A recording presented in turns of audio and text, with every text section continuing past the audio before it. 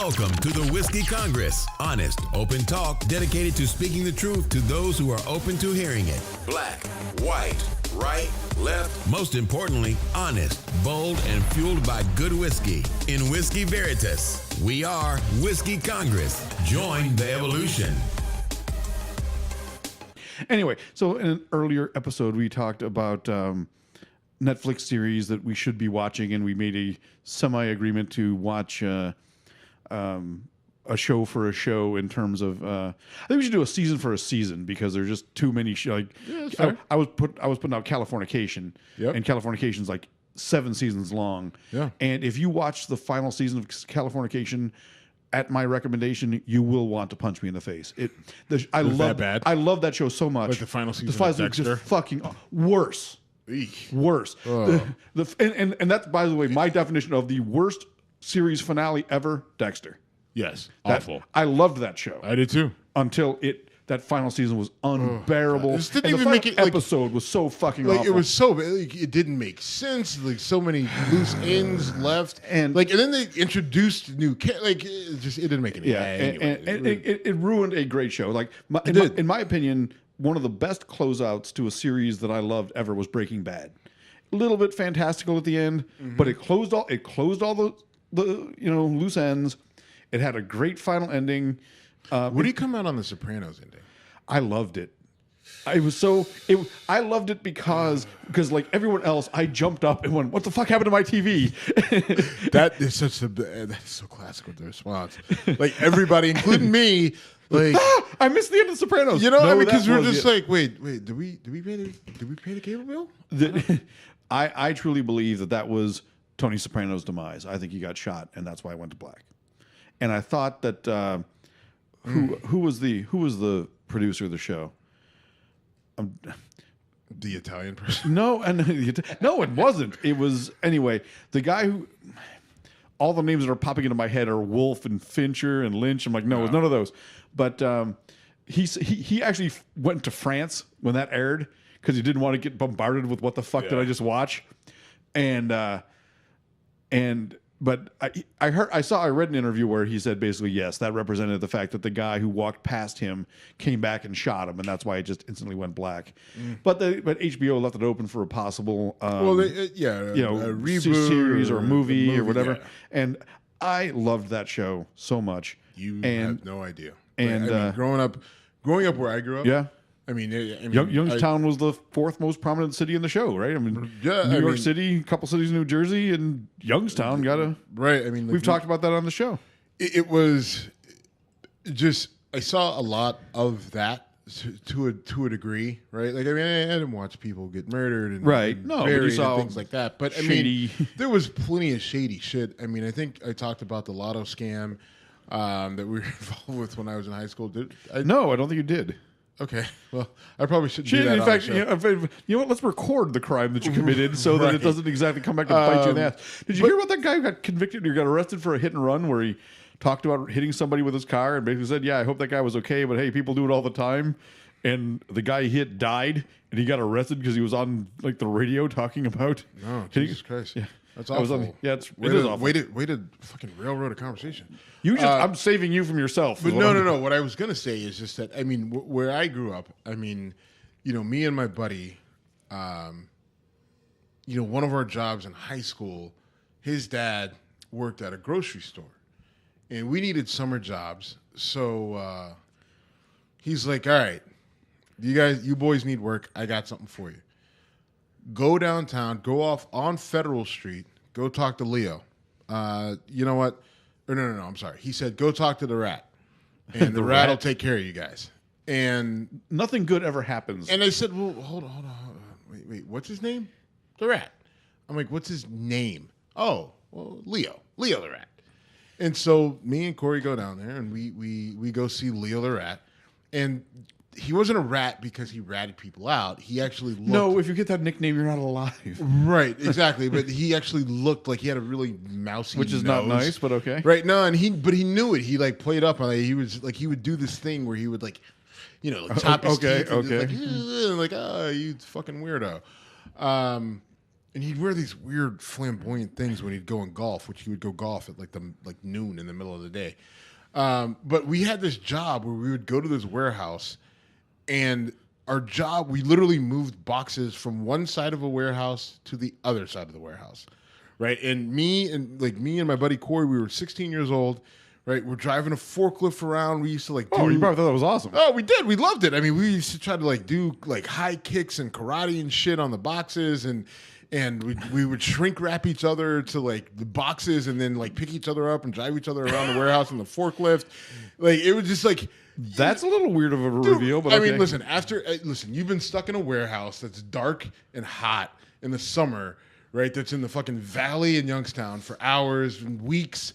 And after a while, you get bored. So it's just like, hey, let me shrink wrap you to these boxes. I'm not saying I've never done anything dumb on a construction site, because I right. did. I mean, it just got fucking weird. But that was our job. And then, so the one day we asked, like, Leo, like, yo, what are we doing? Like, we moved the boxes from this side of the warehouse to the other side of the warehouse. He's like, oh yeah, well that's what you do. Like, well, yeah, no, we know that's what we do, but like, why are we doing this? Oh well, I mean, because some boxes are new, other boxes are old, and the old boxes, we do stuff with them. I'm like, what do you do? He's your friend was a 60-year-old Jewish man. What? And that so was bad. he never explained what the fuck we were doing. We never did. We just got paid in cash. Every day, Of course, right? Every day, like not every week. Like we got paid in cash every day. That was it. And then we showed up, and then at the end of the summer, he was like, all right, we're going back to school. He's like, all right, good luck, whatever. I think he gave us money for a donation to the Ursuline Gridiron Fund or whatever, where we went to high school, and then he moved his office, and then I actually never saw him again. So I mean, it was weird. I don't really understand it. I know something was sketchy going on. Like, it made no sense what he did. I don't know how he actually made money, right? Because I was 16, but I know how business works. And he wasn't doing business. That's the problem, right? Like, there was no business to figure out. You're not transacting. So I don't know, but I mean, like, that was just, I mean, between that and some of the other shit, I mean, like, we saw plenty of it. And all that to say, watching The Sopranos, you see some of your real life things embodied on the big screen, Right. I mean, it was the shady business contracts, right? Like, I want four no works and 3 no shows, where you're going to pay people to be on a construction job where they're never going to show up, or they're going to sit there and play cards. Right. And that's a kickback. Right. For, I mean, but you did a favor for. But then back home you go to a construction. You see drive those by a guys, construction you site, see 'em. and they're just sitting there, and it's just like, hey, you guys going to do some work? And it's like, oh, go fuck yourself. And it's like, all right. I'm working. I'm whistling at the women when they walk by. That's my job. Yeah. So anyway, I loved The Sopranos. I liked the ending. At first, I was a bit annoyed by it. David Chase was the producer. Dexter was horrible. Californication. So Californication is about. It's played by David Duchovny, who's an actor I'm a huge fan of. X-Files. And in Californication, he's a writer from New York. He drinks way too much. He gets involved in terrible situations. He chases women. He fucks up his love life. And he's basically a likable guy with a code, but constantly fucking up and always boozing too hard and putting him. He's like you, except he gets laid. I can't say what it is about him that I like, but there's got to be something there. Yeah, he gets laid a lot more than me. But yeah, I mean, I can relate to like a snarky, wise ass type who I wish I didn't relate to as well as I do. If you watch the show, you'll get to it. So that was a show I recommended you watch. Seasons 1 through 3 are great. If you punt after that, you'll get a kick out of it. I think season 4 is 4 or 5. There's a bunch of seasons where he always gets jobs that he hates, but he's generally broke. So he's chasing money, and he works for a rapper named Samurai Apocalypse, who's played by RZA from Wu-Tang Clan. Oh my God, Jim. Oh my God. Oh my God. Damn it, Jim. Did that make you like it or not want to watch it? No, we're not even about whether I'm going to watch it. It's RZA. It's the RZA from Wu-Tang Clan, not RZA. I can't damn pronounce it. RZA. RZA. Fine, well, that is how I would pronounce it if I wasn't. Right. They're all capitalized in his fucking name. I'm sorry. There's no periods between the letters. There are no periods between the letters. Oh, I'm sorry. I didn't properly cut it. The punctuation by a rap artist.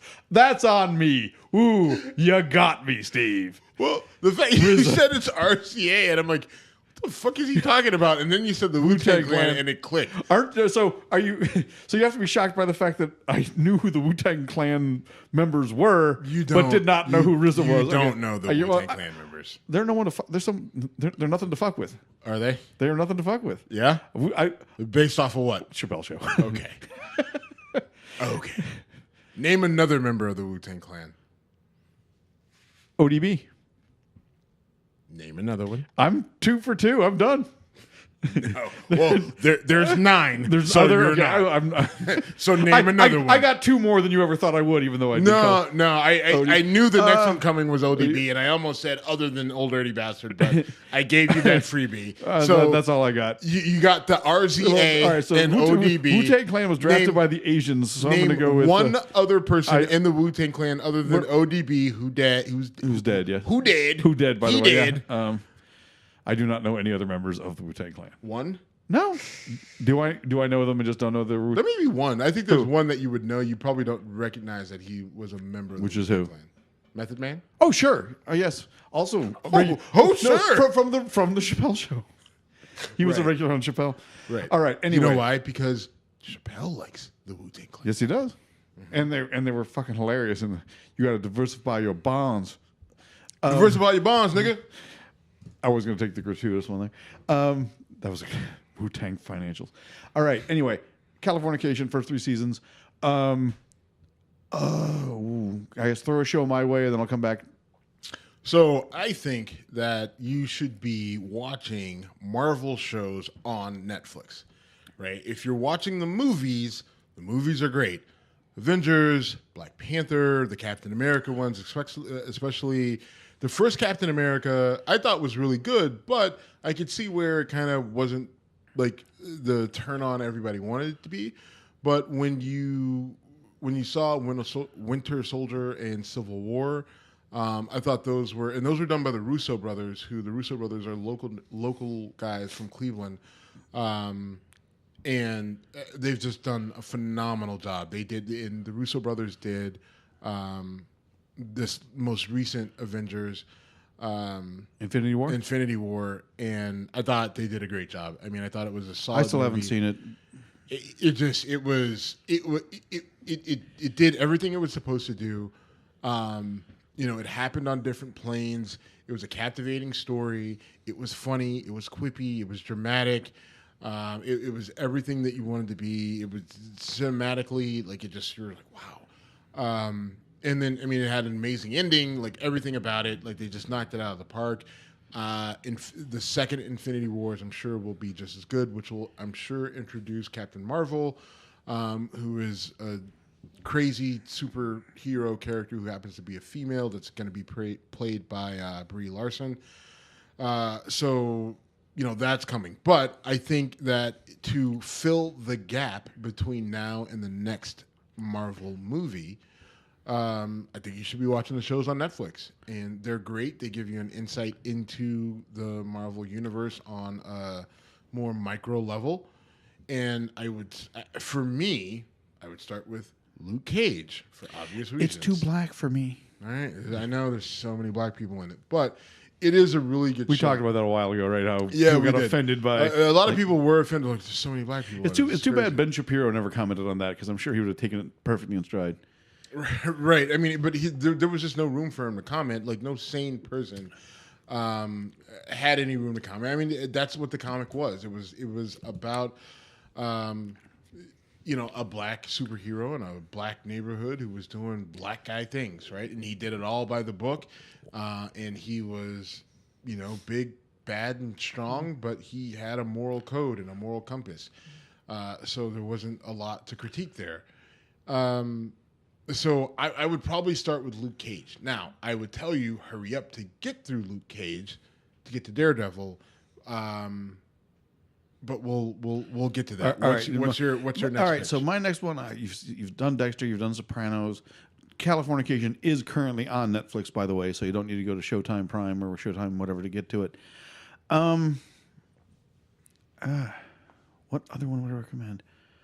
I'm currently watching something I'm embarrassed I'm watching. It's called 13 Reasons Why, and it's about a girl who committed suicide. And I'm not dark. Yeah, and it's weird, but it's really teeny. So I'm not going to directed towards teens. So I'm not going to. I just got through Stranger Things. Have you seen Stranger Things? I haven't. It's not at all what I expected. So here's what was bad about Stranger Things in my mind. Two of the main characters. Just be careful. This show is beloved by by a lot of people. everyone. By a lot of people. Yes. So be careful. Don't get us attacked. Here's what I hated about it. Don't get us fucked up. Okay, cool. This is what I hated about the show. No, Damn it, hold on. Winona Ryder and Matthew Modine are two of the main characters, and they show their age. And I loved Winona Ryder when I was a kid.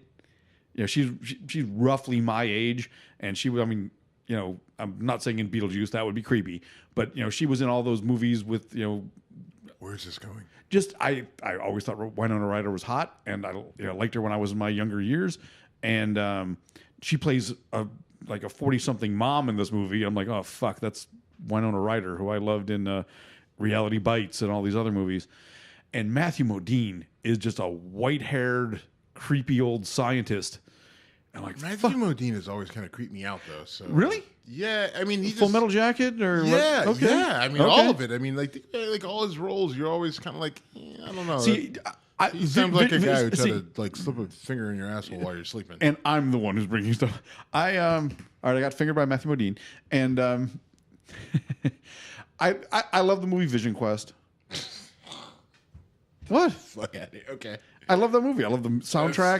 It's the soundtrack. Oh my god. It's too white.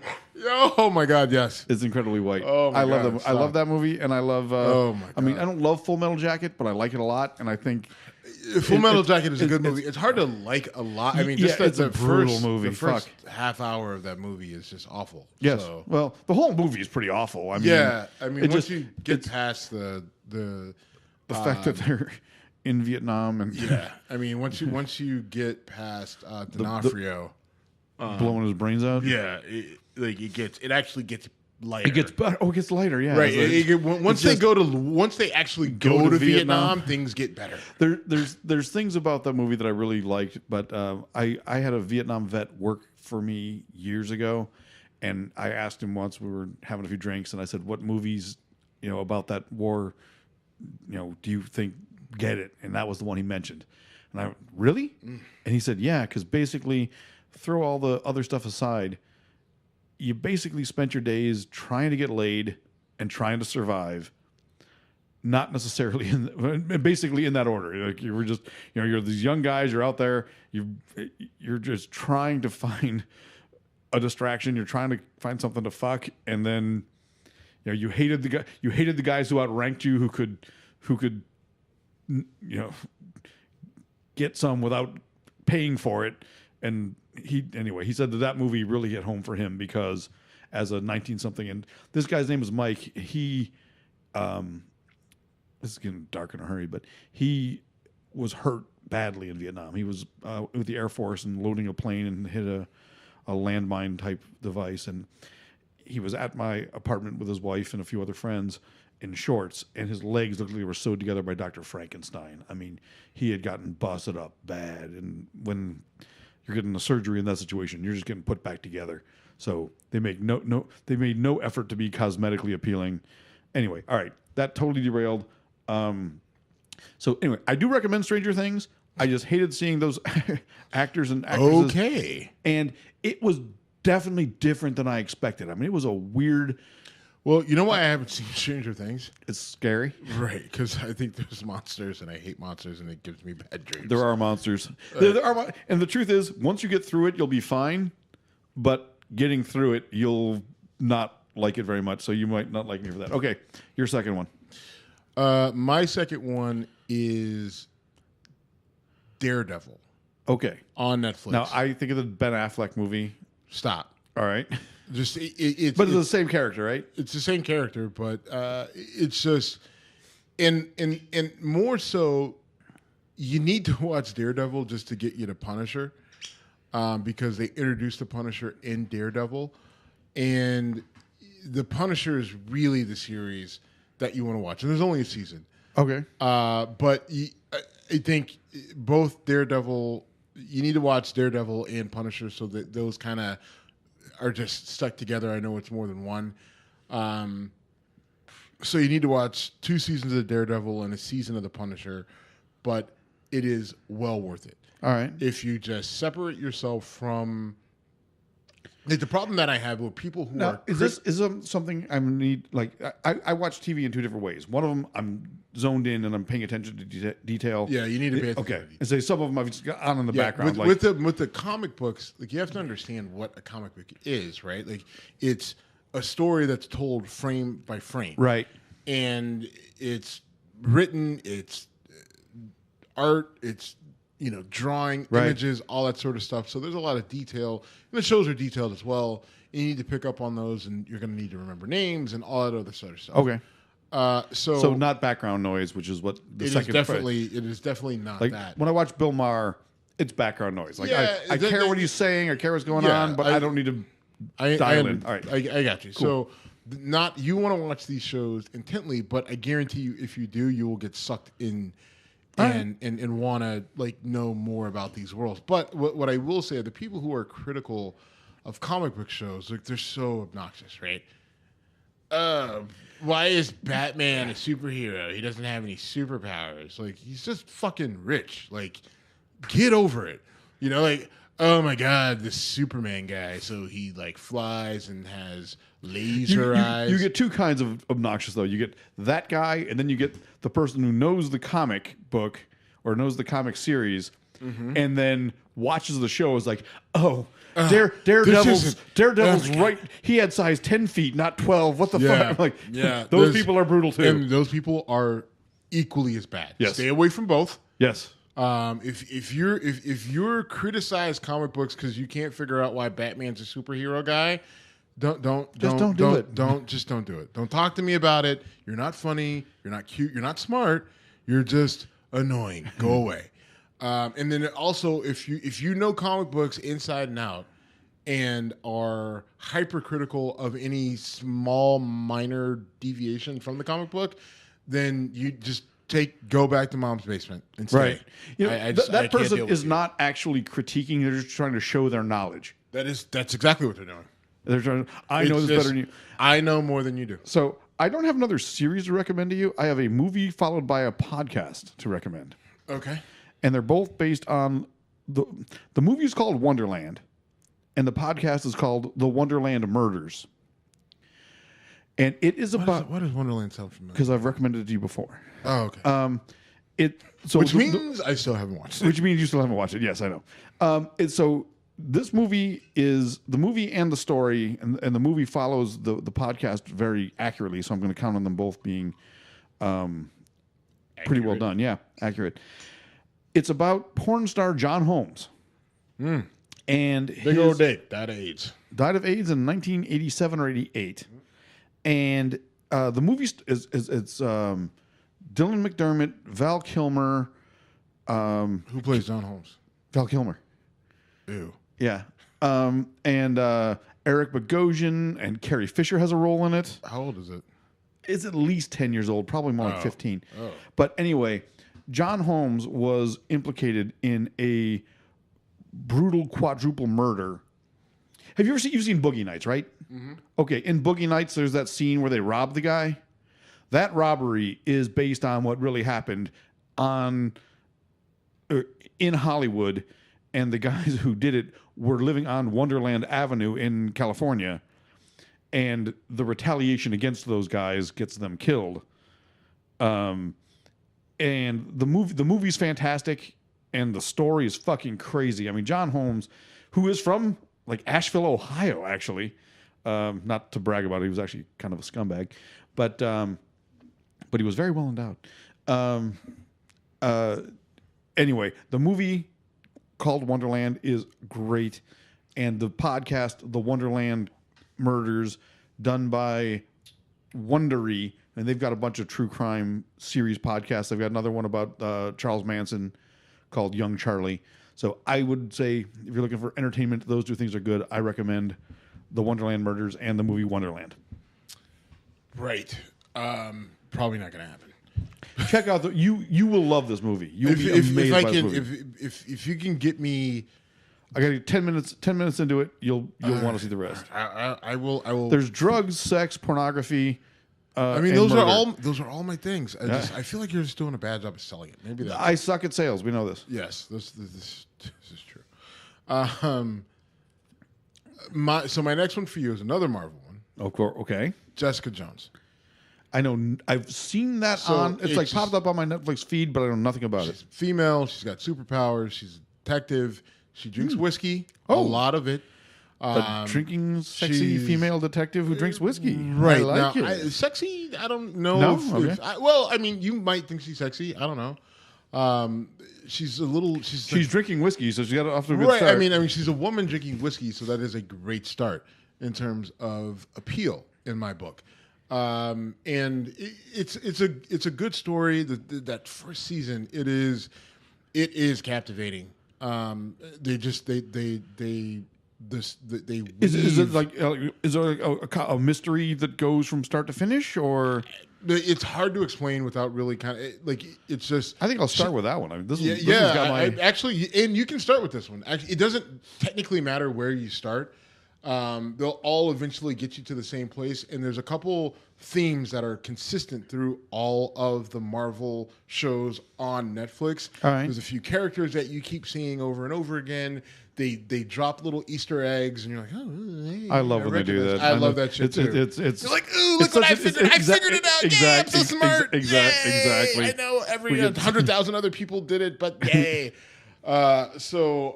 But it's a good show. I thought that they just Marvel and Netflix have done a very good job with taking characters that are not necessarily mainstream comic book characters and giving them voice, giving them life, giving them color, telling stories in a compelling way that are entertaining and fun and make you want to watch again. So I would strongly. I will make a commitment to you. I will download episode 1 of Jessica Jones. Okay. For my flight tomorrow. So great call. I will. What I will tell you is, download episode 1 and 2. Just do that for me. All right, that's fine. Download episode 1 and 2 because you'll watch it on your flight, and then you're gonna be like, you know what? I'm gonna want to watch. I want to see what happens. I will. That will be my rather than continuing on with 13 Reasons Why, which I will finish because I am intrigued. But that will be my flight. My flight tomorrow. All right. So then. So based off of Jessica Jones, here's my thing. I want to talk ladies. I want to talk women. I love talking about ladies.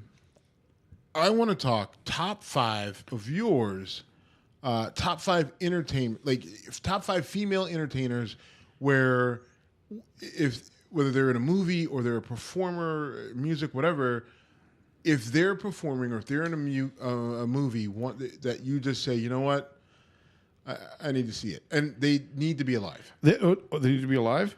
Okay, or not. You know what? We'll just go with what you got because I know. Okay, well, we'll go with what you got. So I, with the way you asked it, I said all entertainment. So I included musicians. Yeah. So did I. So musicians and how many dead people you got? 1. Okay, so we'll leave the list as is. Okay.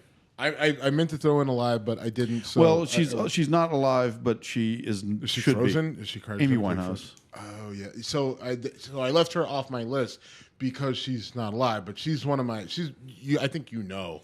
I Amy love Winehouse is just like her voice, everything about her. Like her end was tragic, but I was a huge fan of hers. It still kicks my ass that the one opportunity I had to see her, I wasn't able to take advantage. But I totally get that. So, who's your number 5? My number. Okay, we're doing it that way. My number 5. See, all right. So I also gravitate towards comedy. Yeah. And I was struggling on this, and when we first started talking about this, I thought you were asking me like who are my 5 most influential people, and one of the people I named was Ellen DeGeneres, and I was trying to choose a female comic that I just love, and Amy Schumer was high on my list for a while, but she kind of lost me with her last special. I love Heather McDonald. Heather McDonald is a comedian who's just fucking amazing. Kathleen Madigan is amazing. But I went with Ellen because I first saw Ellen DeGeneres on the Rodney Dangerfield Young Comedian special in like 1986. And she was hilarious then. And forget how powerful she's become in the entertainment industry and her show and, you know, whatever. As a stand-up comedian, her long-form style of twisted jokes is fucking amazing. I mean, she is just a great comic, and she's turned that into an empire. Yeah. And so for that reason, I just really like and I enjoy her. I mean, she does bits where it starts one way. I mean, I'm not going to try to recreate her bits. You're welcome. But her ability to just tell a tale, take a bunch of twists and turns, throw a bunch of laughs in there, and do that brilliantly, plus all the other things, I just admire and respect the hell out of Ellen DeGeneres. Interesting. I mean, 86, I think I was 6 years old. Right. So I can't, yes, I know. You know. I mean, I was too young to be watching that. The other people on this were Sam Kinison was on that same thing. I mean, we're talking. Christ. There were like 5 or 10 people. Looking at Sam Kinison makes my blood pressure go up because I know how high his had to have been. Yeah. Well. So that's interesting, and it's funny. You know, I think of Ellen from Finding Nemo, Finding Dory. That character just really stands out for me. That she did. She is so fucking talented. Right. I mean, she is a really talented woman. Acting, whatever. Right. So good. And her show, not her talk show, but her TV show was actually funny and entertaining and then groundbreaking. When she came out as a lesbian on that show, it rocked ABC, it rocked the entertainment industry. Right. It ultimately ended up ending the show, but then kind of formed into the Ellen DeGeneres show, her talk show. A little bit thereafter. And I also think she's a genuine person. I remember when Obama gave her some medal and he hung them, like it was a Medal of Courage or something, and he put that medal around her neck, and she just had tears streaming down her face. I mean, she was so. I got teary watching her get teary over getting recognized as you've represented and underrepresented. Getting teary now. Group. So I just, again, huge respect for her. I fully agree, and that's a good call. So my number 5 is Angela Bassett. Okay, great actress. Angela Bassett, like if there's a movie with Angela Bassett in it, I'm just gonna see it, right? And if you think about who she's played, and Angela Bassett was Tina Turner, and Angela Bassett looked nothing like Tina Turner. The skin complexion, the build, nothing. And you were convinced that she, like you watched Angela Bassett as Tina Turner. You heard it. When I hear Tina Turner songs, sometimes I actually think of Angela Bassett because she played her so well, right? That's impressive. When you can play someone who you know, right? It's one thing if someone plays. Like when somebody plays Winston Churchill, right? It's like, okay, I basically know what they look like and whatever, but you know Tina Turner inside and out, and an actor to play, an actress to play them. For me, the thing is, like my father will tell you that they knew my parents had some concerns with me at a young age. I'm watching Mad Max Thunderdome, Tina Turner, and she actually had a song she was performing, we don't need another hero. And she's performing, there was a video where she's got this short dress, and she was known for her high heels and her strong legs. And I was drawn to it. Right, as a however old I was, 4 years old, whenever I was going to say Thunderdome that movie came out when I was in junior high, or maybe I think I was like 4 or 5 years old when that movie came out, and my father will tell you I was glued to the screen and like pointing at her legs, like, "What is this? What is happening here?" I don't know what this is, but I like it. Right, exactly. And so I was always a big Tina Turner fan. So when the movie came out, I with Angela Bassett in it, I watched it, thoroughly enjoyed it. Her and not Samuel L. Jackson, Lawrence Fishburne playing Ike Turner, who again also looked nothing like Ike Turner, but man, you fucking hated Lawrence Fishburne. Yeah, until like The Matrix came out. It just like they both did a phenomenal job, and they're both phenomenal actors. and I just love Angela Bassett. Now that was one of the roles she played. She also played Betty Shabazz in Malcolm X. You believe that she was Malcolm X's wife. She also played Katherine Jackson. She was the mother of Michael Jackson. She was Rosa Parks. She was Biggie's mom. That's she right. Was, in Notorious. In Notorious, she was Coretta Scott King. In a movie, and then she was fucking Black Panther's mom in Black Panther. I haven't seen Black Panther She is the yet. strongest Okay. black woman in ever. So we've had Cody Brown, Pound Cake from the Alan Cox Show, sit in for you on our old show. Right. He wants his mom to get played by Angela Bassett in the movie about his life. Who wouldn't? For that reason, I need a Right? strong Who black woman. wouldn't? Right, like I mean, if I go and I do something big, I mean, Jesus, I mean, yes, call Angela Bassett to play my mother, please. So I mean, that's like a recurring theme Right, on that I mean, show. like, it's just like and, that's. and Listen, Cody's a good kid. I love Cody, but if you're black and you think that you're gonna do something worth making a movie about, you want the person to play your mom. You want the person playing your mom to be Angela Bassett. Like that's just who she is. I get that. But now the flip side of it is that she can also be like sexy action woman chick, right? Like I mean, she's made a couple of movies where she was, a detective, or like there was that sci-fi movie, and I can't remember the name of it because the movie itself wasn't that great. Was it the Ralph Fiennes movie with the? Yeah. What the fuck was the name of that movie? Where they were plugging into the back of the head? No. It was no. Well, they were. It was that one. It was. It takes place right around New Year's Eve in Los Angeles. Tom Sizemore is in it. He's the and Juliette Lewis. What the fuck is the name of that movie? I love that movie. I know what you're talking about. Oh god, she's the badass chick that bails out Ralph Fiennes. Yes. Oh god, what was the name of that? It was. All right. Either way, talk for a second. So, either way, like for me, Angela Bassett is if there's a movie with her in it, I see her name, I'm gonna go see it. Right? I'm just either if I don't go see it in the theater because it's hard because of work and schedule and the kid and everything else, then I will see it on pay-per-view or however I watch Netflix, YouTube, however I get movies now. It's weird. There's so many different ways that we have access to media, but nonetheless, Angela Bassett is my number 5. She's 59, by the way. And is she? Well, I haven't seen her in a movie in a while. Well, she was just in Black Panther. Well, she was just in Black Panther, and I think they actually made an effort to make her look older than she is. Like they gave her these like gray dreadlocks, and I think they gave her some fine lines that she actually doesn't have. Because I saw something with her on the red carpet for Black Panther, and she looked younger than the young actress that was like standing right next to her, and she just looked phenomenal. I mean, she's big on fitness. She went to Yale, by the way. Did you know that? I did not know that. Yeah, she went to Yale. I think she's got a like some sort of advanced degree.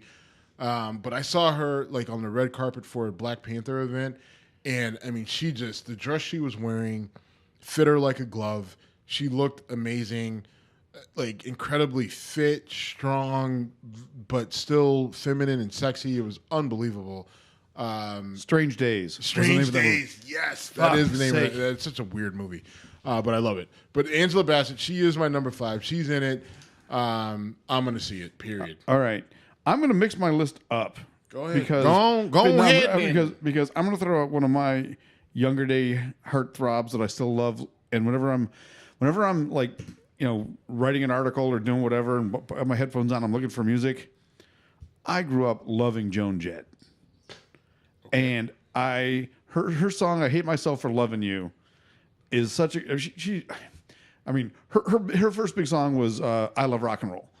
I love rock and roll. That was the first 45 I ever bought. It was typical 80s rock. Yeah. But the just that song got to me. I thought she was sexy as fuck. She's in a movie called Bright Lights Big City with Michael J. Fox. Yeah. And I just always she is someone who is from my childhood to my young teen years till today. I found sexy. I love her voice. Women who can just rock out really like. I like Dolores O'Riordan from the Cranberries. She would have been my second one on my no longer with us list. But women who really just rock out have an appeal to me, and she definitely does that. She was definitely the first one. So Joan Jett. Recent inductee to the Rock and Roll Hall of Fame. Yeah, Rock Hall located here in Cleveland, Ohio. Yes, sir. And if you look at the Rock Hall from a sky view, it is designed to look like a record player. I don't know how many Oddly, people know that. I've never, the number of times I've flown into and out of Cleveland, I've never gotten a good look at the Rock Hall from the sky. I've gotten one, and I looked at it, and I couldn't figure out what I was looking at. We were coming in over, and I was like, God damn, I knew it looked like something, but I couldn't, like, I'm not sharp enough to say I immediately identified it, but I said those are specific geometric shapes, and they're connected for a reason to look like something I'm supposed to recognize, but I can't figure out what. Like I just couldn't. All right. I didn't have enough context to put all the clues together, and then I, sure enough, jumped on the interweb, and I only figured this out like a year ago. I jumped on the interweb, and sure enough, it is designed to look like, from a sky view, a record player. So, I did not know that either. So that's good Cleveland public relations. Who's your number 4? CLE, live CLE. My number 4 is Helen Mirren. I know. All right, Helen Mirren is an actress. She's an actress, and for me, I just think she's a very attractive, mature older lady. She's an older lady. She's 72 years old. Did she play M in the?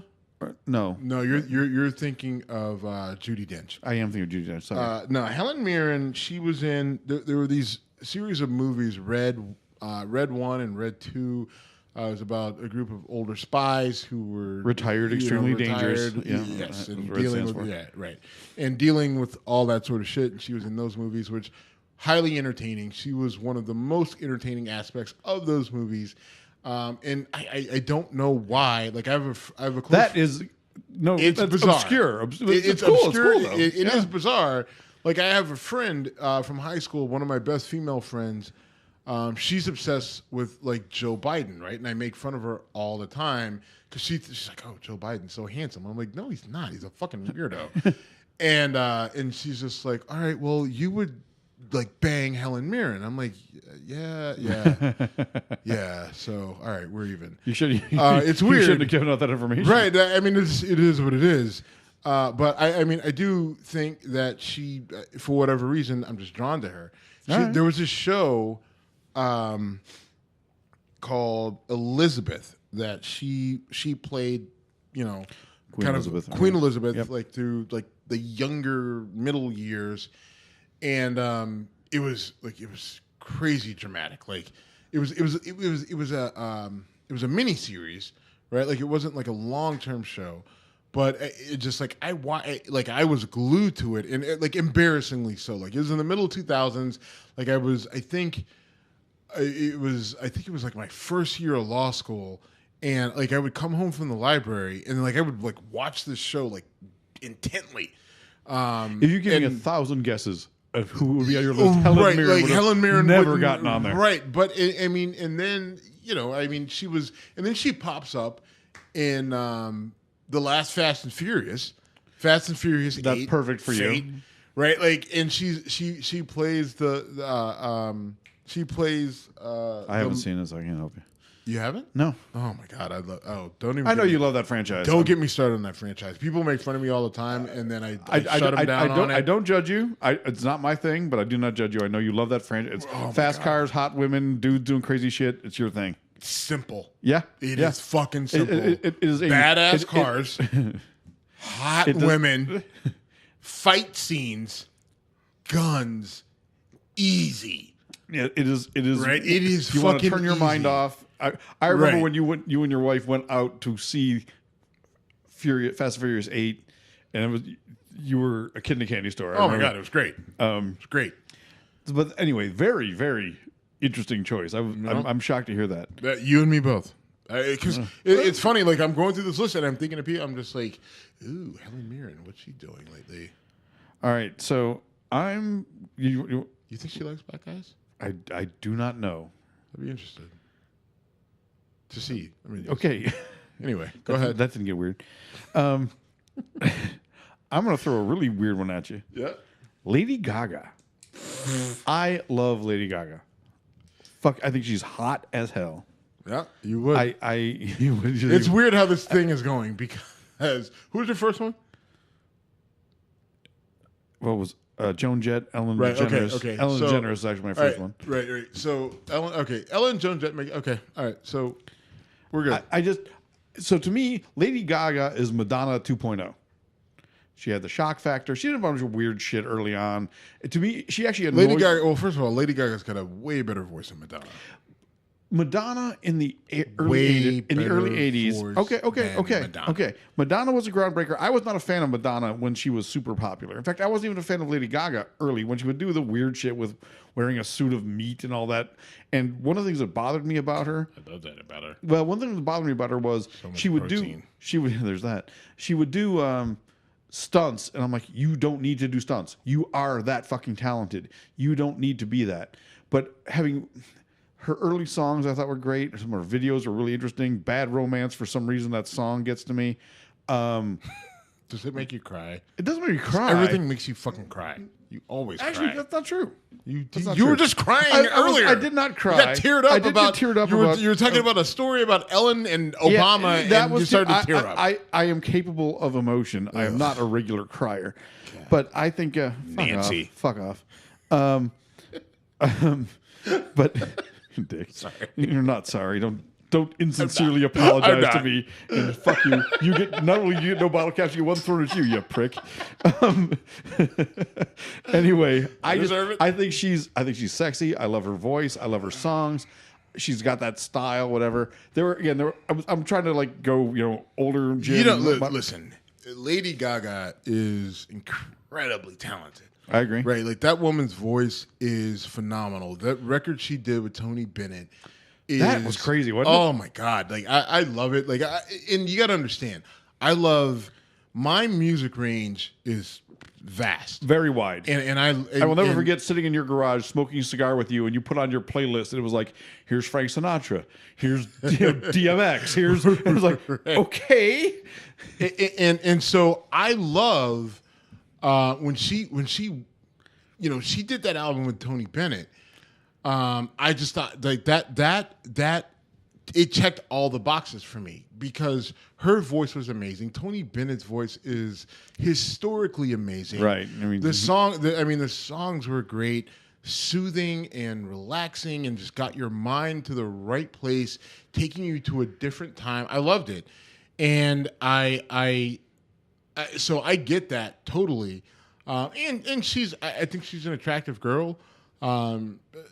She gets very mixed reviews. Some people, some people don't. I mean, I think she's stunning. She's got a sensuality to her. I think that I don't know her story, but if I had to guess, I feel like she probably went through some awkward years as a teenager and kind of discovered her own sexuality in her late teens, early 20s, and then kind of said, not only do I accept it, but I'm kind of going to exploit it. And she did, and it made her a pop star because she was discovered by Akon.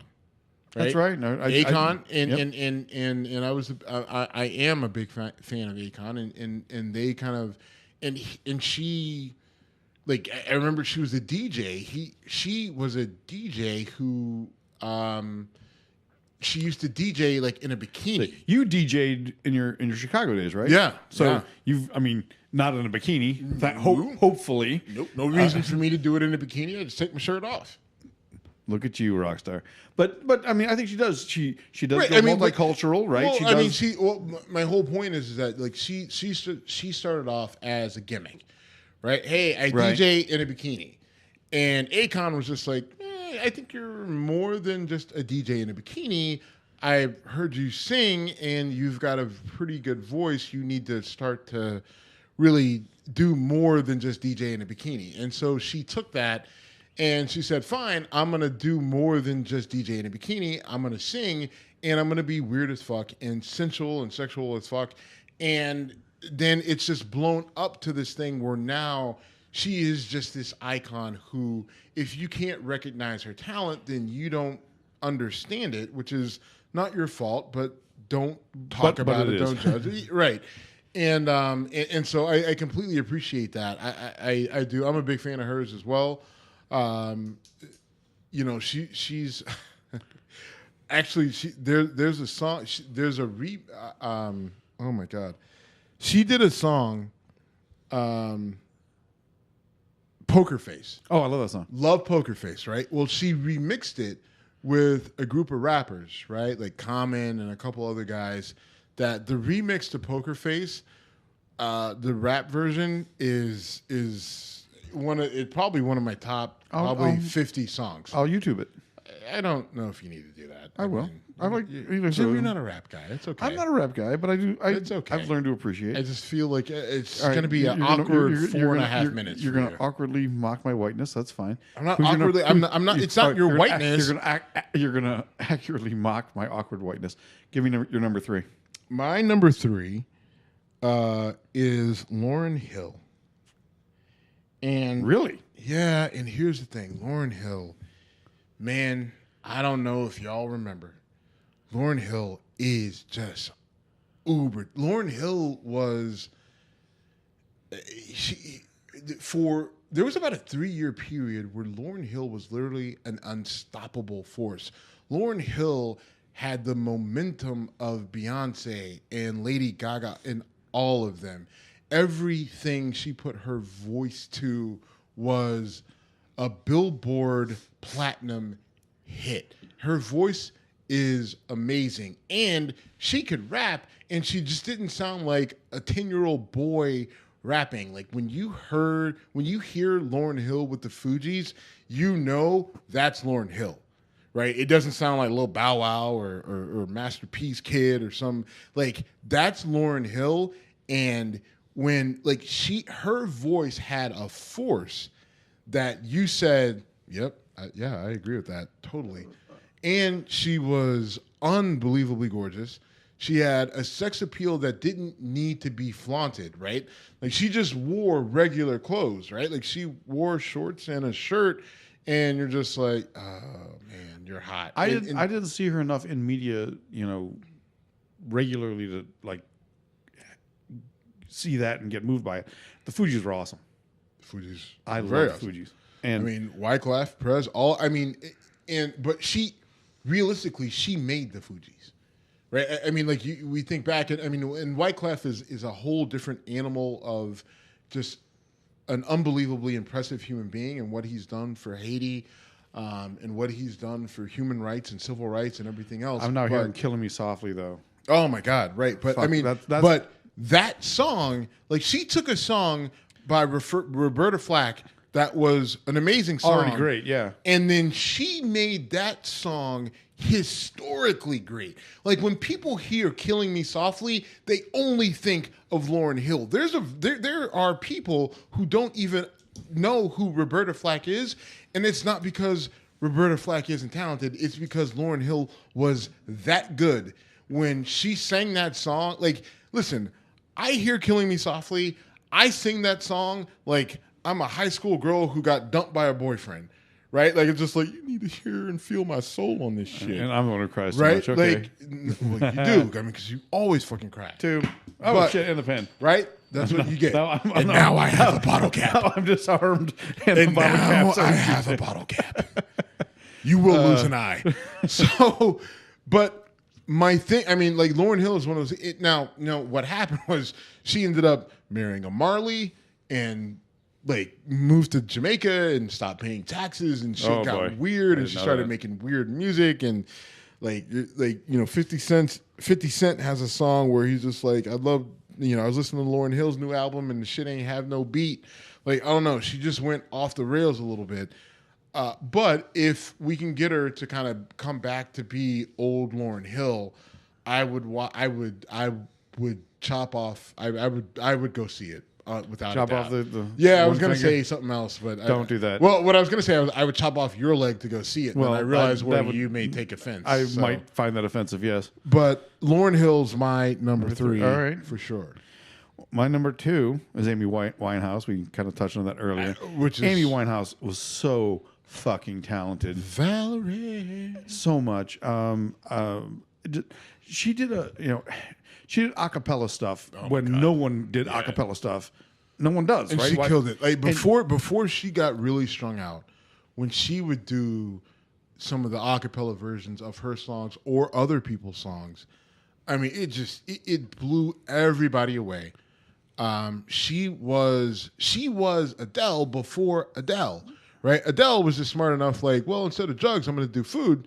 But I mean, better choice than coke right, a on better stage. better choice than crack. And I mean, Amy Winehouse was just, and I think for me, she was a first. Like, there's been plenty of kind of what we call blue-eyed soul, right? People from the UK, from Europe, England, that have that are R&B artists, but they're white people from Europe, right? Like, Right. so it kind of has a different feel to it than the R&B here in the U.S. When we look at our R&B stars from Otis to Jackie to like Michael Jackson and Jodeci and Boyz II Men and everything else leading up to it. And then now you do have an influx of these, white European people coming in and saying, well, we can do R&B too. And it's kind of dominating the R&B realm, right? Like Tyrese Gibson. Okay. Unbelievable voice, right? Amazing voice. Yep. He converted to an actor, right? Transformers and other movies and things like that. But he is known because of his voice. The reason we know him is because of him singing in a fucking Coca-Cola commercial 25 years ago. And his voice hasn't changed. He's released a couple albums in the last 10 years you would never know because they've been overshadowed by the white European R&B singers. And so, me being a fan of classic R&B, I do sort of kind of push back a little bit against the, what's that guy? Sam, whatever the white guy, Sam Jackson? I don't know. There's a white guy, and you're not an R&B, you're not a music guy. Yeah, right. You're not a huge R&B guy. But I don't push back solely based on race, but I say, listen, it's a U.S. thing. It's an American-born thing, and it happens to be an American-born thing that comes out of the black community. So that's kind of what I support. The only thing is that I'm kind of soulless, and R&B annoys the shit out of me. But when I hear something good, I do try to hold on to it and embrace it. So back to Amy Winehouse. all She that's was like a bridge to that, right? well for her. When I heard her, she just. All that being said, right? Like, Tyrese, I got you. And Jodeci, I got you. And Boyz II Men.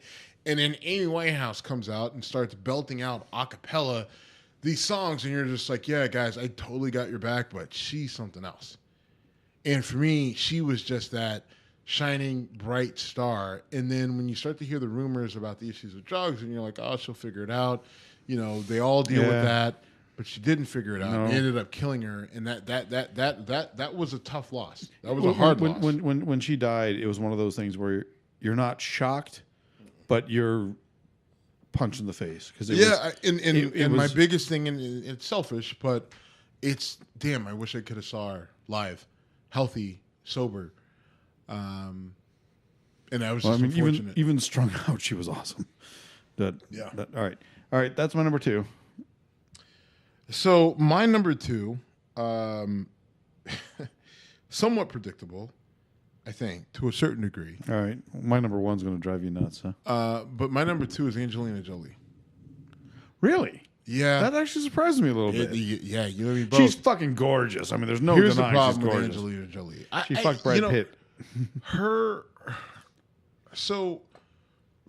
Her attractiveness on a scale of 1 to 10 to me is somewhere not as high as you would think it would be. I generally like a woman just with more meat on her bones. That's just my design.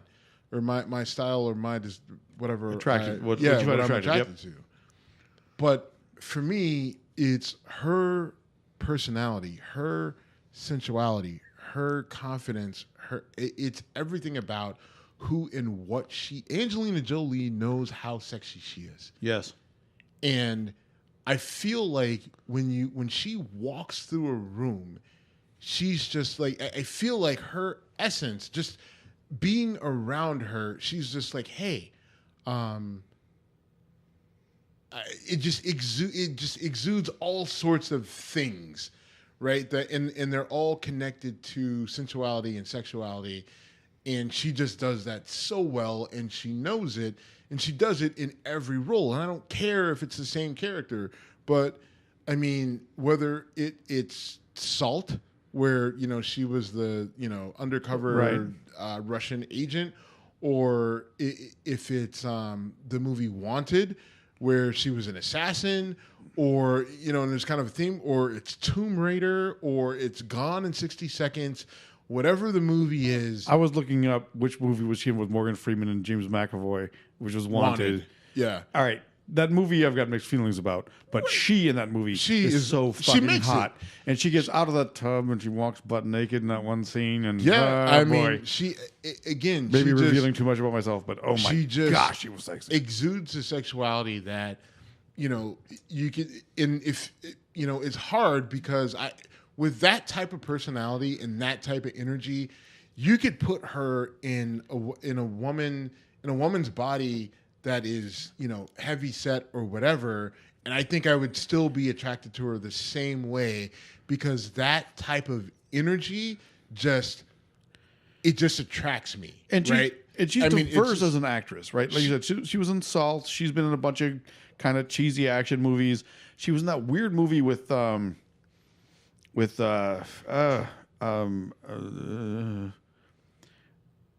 she plays like the FBI profiler, goes to Canada, and I'm drawing a blank on the actor. He was in Training Day. He was in the white guy in Training Day. Who's the man. This is Ethan Hawke. Ethan Hawke. She's in that movie with Ethan Hawke where she's like stalking the serial killer. Oh, right. And then he is the serial Ethan killer. Hawke ends up being the serial. Spoiler alert, it was 15 years ago, your fault. And he ends up trying to come and kill her, and then she fakes the whole thing. Pregnant. Right. Yeah. That movie's twisted and weird or whatever. Taking Lives is the name of that movie. French guy dies. The bad guy from Bad Boys. Yes. Give yourself one. Okay, well, he was also in that. He was, but the French guy. Oh, yeah. The French guy. He was the bad guy in Bad Boys. Yes. The first Bad Boys. I have no idea what his name was. Anyway. The only French guy I could think of is Gerard Depardieu, and that's not him. And I'm thinking of the dude from the... You're thinking of Adrian Bourdin. No, I'm thinking of... that's the right guy. I'm drawing a blank. Anyway, he was in... Bad Radio. Bad Radio, exactly. We'll move on. The movie with Diane Lane and he was in SWAT. He was the bad guy in SWAT. Jeremy Renner? No, SWAT. He was the criminal in SWAT. That guy. Oh, the French guy. Oh, yeah, okay, I get that's it. what I have no idea what his name is. I do, but I can't remember. Anyway, it's not worth it. All right, it's not. You're right, it's not, and it would definitely turned to Bad Radio. All right, so my number one. Yeah. All right, I'm gonna put one on a T for you. I'm a white guy in my late 40s. If you were to say who is the whitest choice I could make, what would it be? Because it's going to be that. Or you want me to tell you and you can laugh at me afterwards?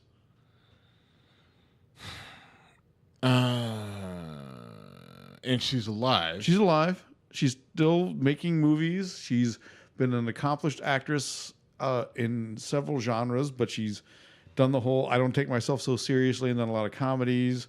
Jennifer Aniston.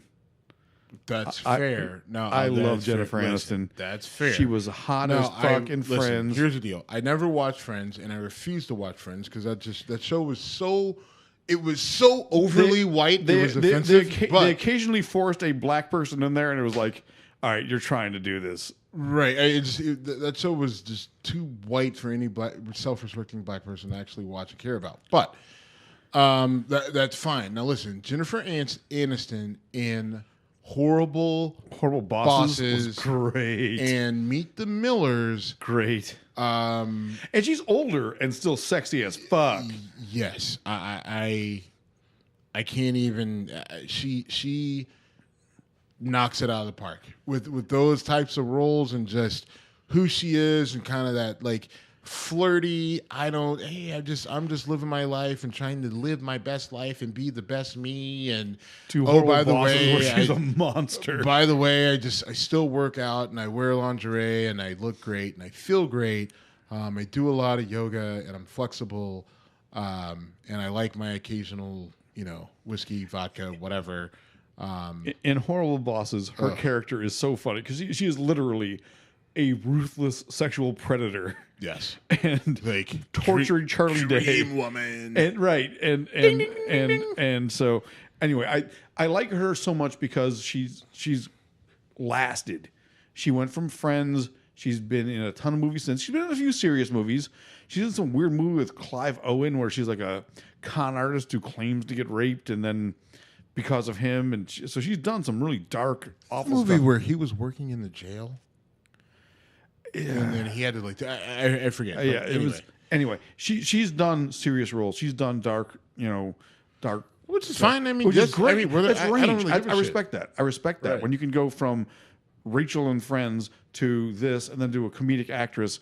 And again, I think in We're the Millers, she's hilarious. Horrible Bosses, she's hilarious, and she's an awful human being in Horrible Bosses, but yet you love her. That bad? Well.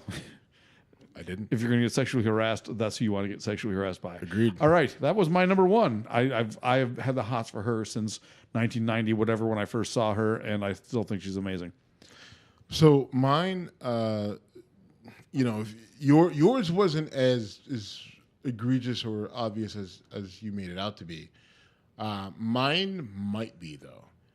Can I guess? Yeah. Beyonce? Yeah. Okay. Listen, here's the deal.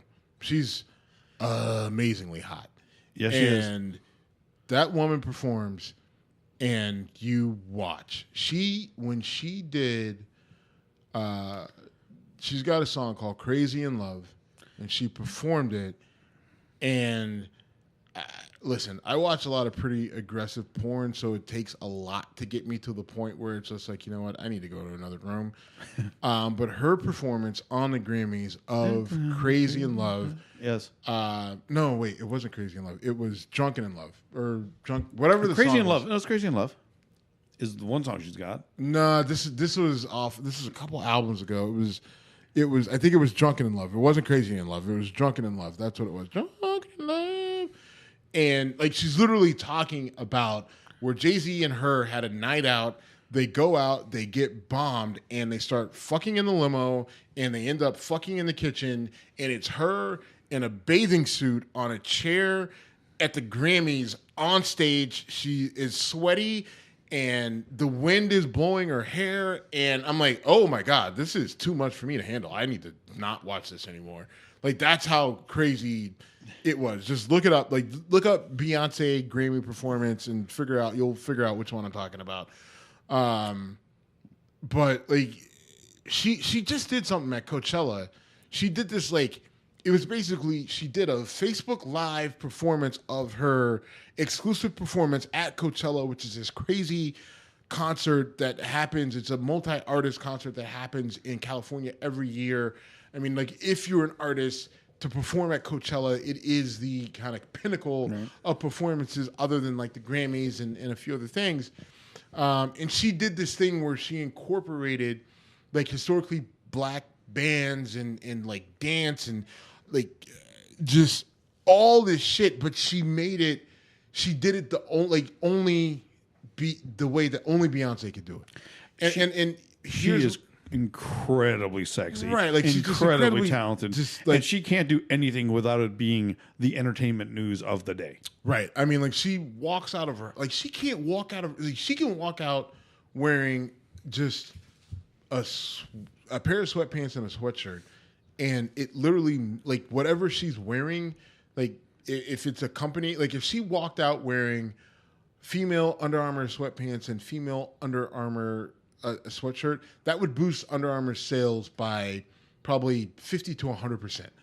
Right? Like, you know, The Rock came out with all his Under Armour gear, and Under Armour, you know, their stock went through the roof. If Beyonce did that for Under Armour, they would be an unstoppable force in Women's fashion, yes. In women's, you know, sports retail fashion. Like, she moves, she comes out wearing clothes, and people like literally like just lose their shit. And the reason why, she makes clothes look good, right? Like, I mean, you look at her and you're like, maybe the clothes are good or bad, I don't know, but it's because they're on Beyonce, which is why they look fine right now. Yeah, she is absolutely gorgeous, super, super talented. Right. And being part of a power couple moves her up that much more. Right. And Hove is one of my favorite. Like, Jay-Z is probably my top artist in terms of hip hop, and we can go through a, you know, top list of hip hop artists. Yeah. But you can do your top 5. I can do my 2. you can do your 1. I know 3. You know 3. I mean, which means that you have one. RZA and I go way back. Oh my god! All right, I can't believe you called him RZA. Like, literally called him RZA, like, thinking that was correct. Like, yes, I did. I just, it's amazing. Like, I can't. I kind of want to tell my friends, but then they'll be like, "Why are you doing?" I'm not going to. Go ahead. Dude, we're I know we're on a show. It's I guess we will have to listen to this to get through. I kind of want to just. He's really funny, but it'll make you watch Californication. Yeah. But, you know what? Holy shit! You know what's funny? RZA is in Taking Lives. Where? RZA. So in that movie Taking Lives, he's also in American Gangster. RZA is the black guy that on the team, like, when Russell Crowe gets his group of guys together. Yeah. RZA's the one who, like, when they go into the housing project with the sledgehammer. No, he's the one. He's like walking down the hallway, like, hey, I need something. Let me get it. And then boom, and they all come shit. in. That's RZA. I'll have to rewatch that. Yeah, I'll have to rewatch that. You're so white sometimes. No, I'll have to rewatch that. I will have to rewatch. Surely you will. I will watch it, and don't call me but Shirley. He was also, and don't call me Shirley. Boom, that's a good one. Line. That's an airplane line. Good for you. Yeah. Good for you. Look at you. Look at you. Right. You ready to close this out? We're over an hour 10 now. Well, I am. But RZA was also in Taking Lives. I have not seen Taking Lives in a long time. I haven't either. I believe you. Oh, no. I'm sorry. No, he wasn't. Shit. Fuck. He wasn't. He was in the movie with Clive Owen that I'm thinking about. Damn it. You're not talking about the Inside Man.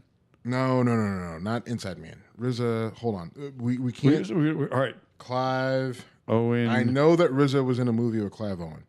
I'm trying to picture their faces in the same movie.